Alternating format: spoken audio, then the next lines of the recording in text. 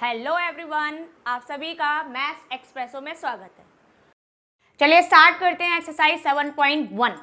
7.1 में आपका जो फर्स्ट सम दे रखा है उसमें आपको गिवन फंक्शंस का एंटी डेरिवेटिव फाइंड आउट करना है। मीन्स ऑलरेडी आपको फंक्शन दे रखा है, एंटी डेरिवेटिव मीन्स आपको इंटीग्रल फाइंड आउट करना है। तो पहला फंक्शन है आपका, यहाँ पर जो फंक्शन दे रखा है इट इज sin 2x।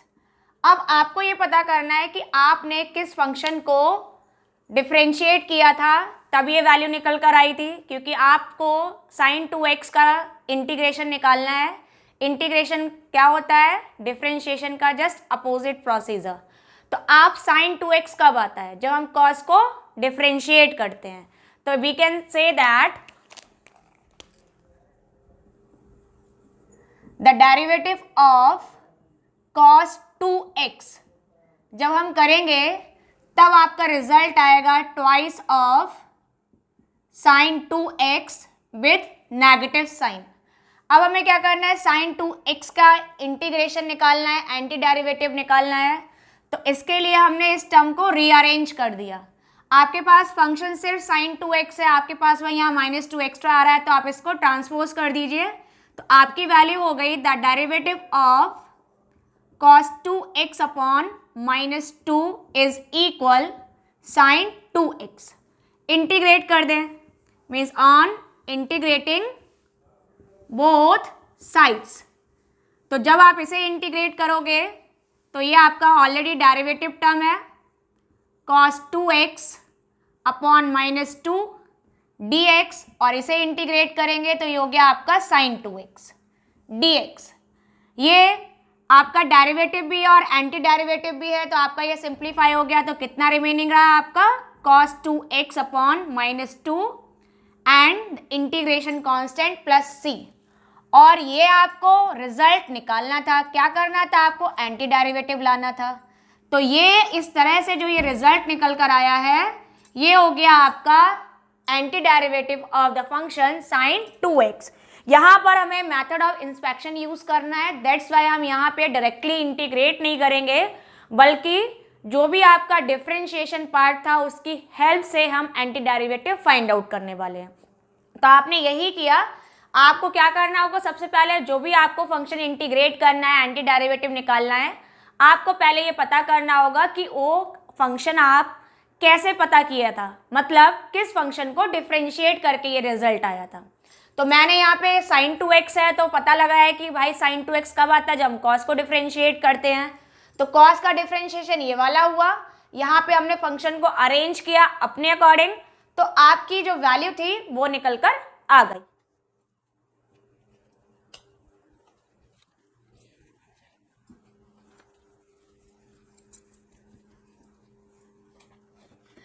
चलिए स्टार्ट करते हैं क्वेश्चन नंबर 2 में आपको फंक्शन दे रखा है cos 3x and by the method of inspection we will find the anti derivative of it.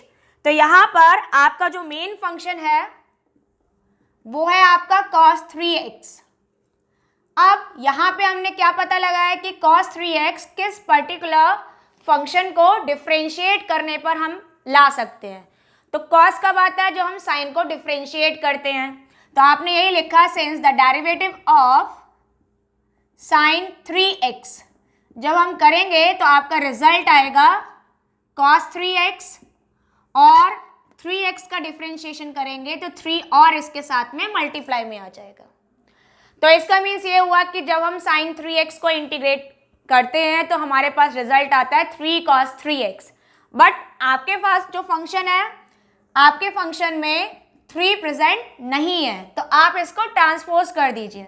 That's why we get the derivative of sin 3x upon 3 is equal cos 3x। अब क्या करना है? By the method of inspection हमें find out करना है anti derivative. तो अब क्या करते हैं? हम इसको इंटीग्रेट कर देते हैं। So that's why on integrating both sides we get the result as the integration of the derivative sin 3x upon 3 dx is equal the integration of cos 3x। ये आपका सिंप्लीफाई हो गया तो रिजल्ट आ गया sin 3x upon 3, और ये किसका integration है, cos 3x का, और यहां पर इसके साथ में आप प्लस c और कर दीजिए एज द इंटीग्रेशन कांस्टेंट। तो ये लीजिए आपने मेथड ऑफ इंस्पेक्शन के थ्रू आपने रिजल्ट निकाला कि रिजल्ट आपका cos 3x को इंटीग्रेट करने पे कितना आएगा, sin 3x अपॉन 3, क्योंकि आपने देखा था कि जब हम डिफरेंशिएट करते हैं cos को तो आंसर नेगेटिव आता है sin, और जब हम sin को इंटीग्रेट करते हैं तो cos वैल्यू कैसी होती है, नेगेटिव, मतलब आपके जो sin है वो चेंज हो गए। sin का डेरिवेटिव पॉजिटिव है बट sin का इंटीग्रेशन आप जब निकालेंगे तो आपका sin नेगेटिव हो जाएगा।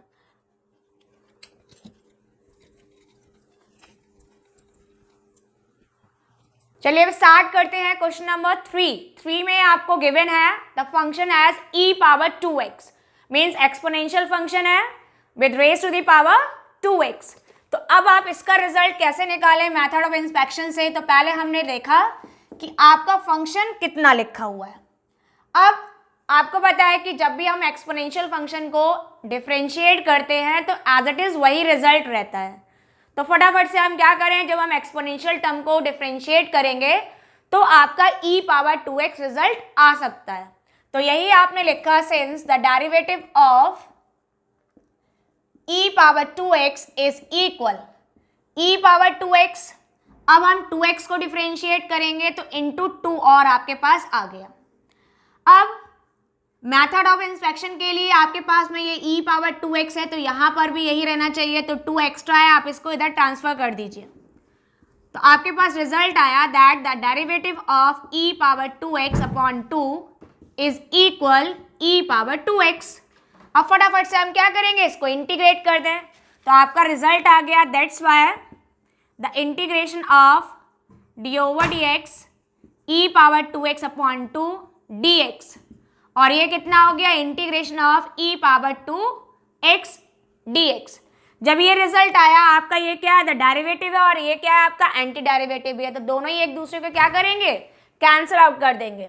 तो रिमेनिंग बचा आपका e power 2x upon 2 integration constant c is equal the integration of e power 2x dx। तो ये लीजिए आपका रिजल्ट आ गया कि आपका आंसर किस तरह से आप निकाल सकते हो।